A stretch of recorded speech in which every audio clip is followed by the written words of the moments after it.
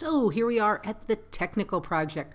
With this project, you can pull images from the entire 15-week semester. Well, you're turning it in week 15, so probably 14 weeks. So you can use images from past assignments, images that you shot for past assignments that didn't make it in. You can shoot new for this project, and you probably will have to shoot a few new ones, so take a look at this. Hopefully you started working on it before the day it was due, so that you can hit all of the prompts.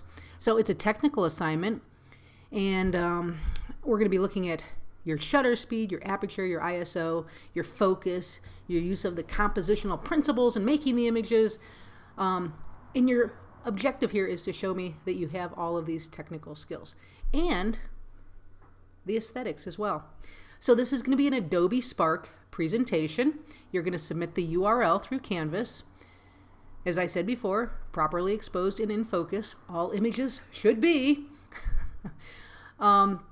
You must have text. So you must title all of the images with the prompt and the number. So 1, great depth of field. 2, shallow depth of field. You're going to need to include your ISO, your aperture, your shutter speed, your camera or device that you shot it with, the focal length, and the date the image was made. I expect that in here. At the end of the presentation, include your email and any social media you might have. So we start off with great depth of field. That means something's in focus from the foreground, middle ground, and background. I'm not going to go through everything. It can be a single image, or you can have a couple to show what you did. Shallow depth of field. So you kind of get a sense here. Stopped action. That kite was zooming around, and I sat out there, and I think I shot, oh my goodness, 200 photographs. And in the end, I really have about 5 that I like, because it would be like zoom, zoom, and it would be out of the focus or out of the frame. So really work and have some fun with it. I did a lot of editing on this image too. These images should be edited. I really wanted those clouds to pop out. I wanted the green to pop out, so I went into the color mixer and popped out the greens and yellows. Movement in the image that is aesthetically pleasing. Now this is one that gets you guys. So it's a long exposure and things are moving around. That doesn't mean everything should be in blur. So the top left image, I was sitting in a Starbucks and it was just super crowded. And those people are standing there all nice and still in the background, but there's this kid moving around. So it's like you get a sense of the kid and you get a sense of the adults. And I think that's really an interesting image, because it's kind of how we live. Adults are a little more stationary and kids just have all that energy. And that comes through in that image. The bigger image over on the right-hand side, I was riding an escalator down, and the movement is me just standing there with a long exposure. The people in front of me aren't moving, so they're in focus, and then the movement's being created by moving on the escalator. So hopefully that helps you with that little concept. Let me come down here to this one too.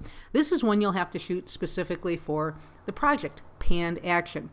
So with panned action, you want a slower shutter speed, like a 1/15 of a second, maybe even a little bit longer, and you follow the object that's moving. So notice I'm following the Donnie and Marie truck. And as I'm moving, I'm trying to move at the same speed that truck is moving. And then everything in the background becomes blurred, and we try to focus, have that truck be in focus. And I can read Donnie and Marie. This is a tough concept. Once again, I shot a whole bunch of images to make this one work. So remember, it's going to go vertically across in front of you for the panned action. Go look up panned action shots. High ISO, make sure that ISO is high. Rule of thirds, something we've done. Bug's eye view, from up high, looking down is the bird's eye view. From down low, looking up is the bug's eye view. So have some fun with that. Actually, one of these was shot from the high roller, and the other was shot from the top of the stratosphere, or actually the parking garage at the stratosphere. I was looking down at that house behind that structure. Symmetry. Well, you get the idea. Let's click back over to here for a second. And here is where you clicked. This is the assignment page that you're going to find on our website with all of the prompts. So here are the 20 prompts that we want you to use. What I would do is I would just do a screenshot of this and put it into my camera roll, so I always had it with me. That way, if you have a few minutes, you can say, oh, let's work on that technical project. And it has everything here. And then as you go, you can also check these off. So I might print it, check it off. You'll have this list sitting by your desk for the 15 weeks of the semester and say, oh, I got great depth of field here. And then put that into a folder, put that image in a folder. Oh, I have stopped action. So stopped action is maybe you go to your kid's sporting game and the ball is flying through the air and the kids are running after it and you click and you stop everything. So stopped action. So you can just start to gather the images through the semester and you might end up with 10 stopped actions. Then you can go through and pick the strongest. Like what I had, where I had multiples in there, you could do the same thing. Okay, you could have multiple images. You could pick one then to add all that metadata info that I was talking about. We've got a few extras in here for extra credit. A warm tone image, a sepia image, a cool toned image, dramatic atmospheric light, and an image with a dominant color adding to the content.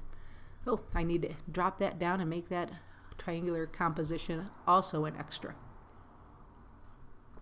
So, work on this over the entire semester. It's going to be an Adobe Spark page. We do that in week 9. You do a little test project so you're familiar with this.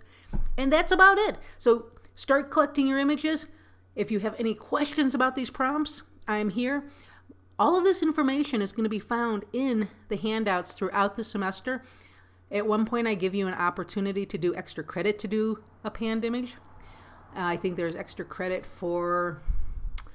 oh, goodness, I don't know. There's a number of them in there. So just keep an eye on things, and you can use images from the whole semester for this project. Unlike for the final concept project, those should all be all new.